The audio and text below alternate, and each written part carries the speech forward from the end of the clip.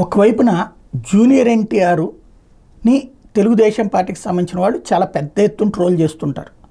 అది లోకేష్ని అభిమానించేవాళ్ళ, లేకపోతే కనుక చంద్రబాబు వారసత్వం ఉండాలి, ఇటు పక్కన చంద్రబాబు వారసులే ఉండాలి అని ఫీల్ అవుతూ ఎన్టీఆర్ వారసులు అక్కర్లేదు అన్నటువంటి రూట్లో ఫీల్ అయ్యేవాళ్ళ తెలియదు. కానీ ఒక వర్గం ఎందుకంటే జూనియర్ ఎన్టీఆర్ పూర్తిగా కార్యకర్తలాగా పనిచేయాలని. జూనియర్ ఎన్టీఆర్ అయితే కార్యకర్తలాగానే ఉండటానికే ఇష్టపడ్డాడు. కానీ మొదట్లో 2009 ఎన్నికల్లో ప్రచారానికి వినియోగించుకుని ఆ తర్వాతన ప్రతి ఏడాది కూడా మహానాడుకి పిలిచి 2-3 ఏళ్ల తర్వాత ఆయన పిలవడం మానేశారు. ఎందుకు పిలవలేదయ్యా అంటే కార్యకర్త అయినప్పుడు ఆయనే రావాలి, ఆయన ఏమన్నా బొట్టు పెట్టి పిలవాలా అంటూ విమర్శలతో ప్రారంభించి జూనియర్ ఎన్టీఆర్ని దూషించడం, ద్వేషించడం ప్రారంభించారు. మరోవైపున బాలకృష్ణ కూడా జూనియర్ ఎన్టీఆర్కి అంతంత మాత్ర ప్రాధాన్యత, అంటే జూనియర్ ఎన్టీఆర్ని అవాయిడ్ చేయడానికే ప్రయారిటీ ఇచ్చుకుంటూ వచ్చారు.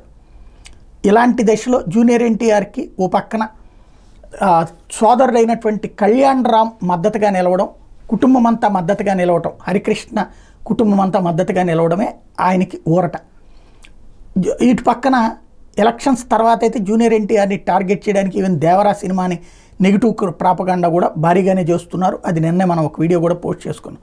అయితే ఇప్పుడు జూనియర్ ఎన్టీఆర్ మాత్రం అట్లాంటిదే మనసులో పెట్టుకోలేదు. ఏదైతే వరదకి సంబంధించి విరాళం ప్రకటించాడు, ఆ విరాళానికి సంబంధించినటువంటి చెక్ తీసుకుని ఇవాళ చంద్రబాబు గారిని కలవబోతున్నారు.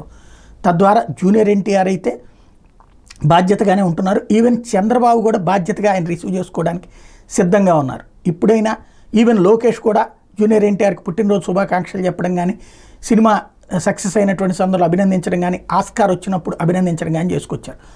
లోకేష్కి ఫీలింగ్ లేదు, చంద్రబాబుకి ఫీలింగ్ లేదు, జూనియర్ ఎన్టీఆర్కి ఫీలింగ్ లేదు. మధ్యలో ఈ తుతుంబర్గాళ్లతోనే సమస్య.